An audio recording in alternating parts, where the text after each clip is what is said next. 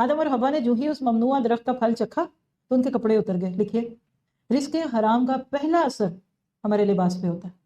حسن آتا ہے تو لباس کم ہو جاتا ہے، پیسہ آتا ہے تو ٹخنے ننگے ہو جاتے ہیں، سی تھرو لون کے کپڑے پہن لیتی ہیں خواتین، کیا سوچ کے کہ گرمی بڑی لگتی ہے۔ ابھی ساری تمہید کے ساتھ سنیے، یا بنی آدم قد انزلنا علیکم لباسا، اے آدم علیہ السلام کی اولاد، ہم نے تمہارے لیے لباس پیدا کیا جو تمہاری شرمگاہوں کو بھی چھپاتا ہے اور زینت کا باعث بھی ہے، اور تقویٰ کا لباس یہ اس سے بڑھ کر ہے، یہ اللہ تعالیٰ کی نشانیوں میں سے ہے تاکہ یاد رکھیں اے اولاد آدم، شیطان تم کو کسی خرابی میں نہ ڈال دے جیسا کہ اس نے تمہارے ماں باپ کو جنت سے باہر کرا دیا۔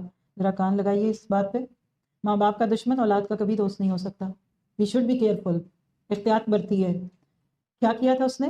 ایسی حالت میں ان کا لباس بھی اتروا دیا تاکہ وہ ان کو ان کی شرمگاہیں دکھائے۔ ابلیس کا پہلا گول کیا تھا؟ کپڑے اترے۔ جو ہی کپڑا اترتا ہے شیطان کا سارا کام آسان ہو جاتا ہے۔ آج کے دور کا فتنہ، آج کے دور کا پلیگ دیکھا جائیے، اگر آج کے دور میں کوئی نبی آتا جو نہیں آئے گا تو جس موضوع کو وہ ہائی لائٹ کرتا وہ بے حیائی تھی، نیوڈیٹی، نیوڈ فلمیں، پران موویز اور پتہ نہیں کیا گند بلا۔ اللہ تعالیٰ کہتے ہیں اس کا طریقہ کیا ہے؟ یہ تمہیں کیسے پھانستا ہے؟ جیسے شکاری چھپ کے شکار پہ حملہ کرتا ہے۔ اِنَّهُ يَرَاكُمْ هُوَ وَقَبِيلُهُ مِنْ حَيْثُ لَا تَرَوْنَهُمْ، اس کو ذرا فیل کیجئے گا، وہ اور اس کا لشکر تم کو ایسے طور پر دیکھتا ہے کہ تم ان کو نہیں دیکھتے ہو۔ ہم نے شیطانوں کو انہی لوگوں کا دوست بنایا جو ایمان نہیں لاتے۔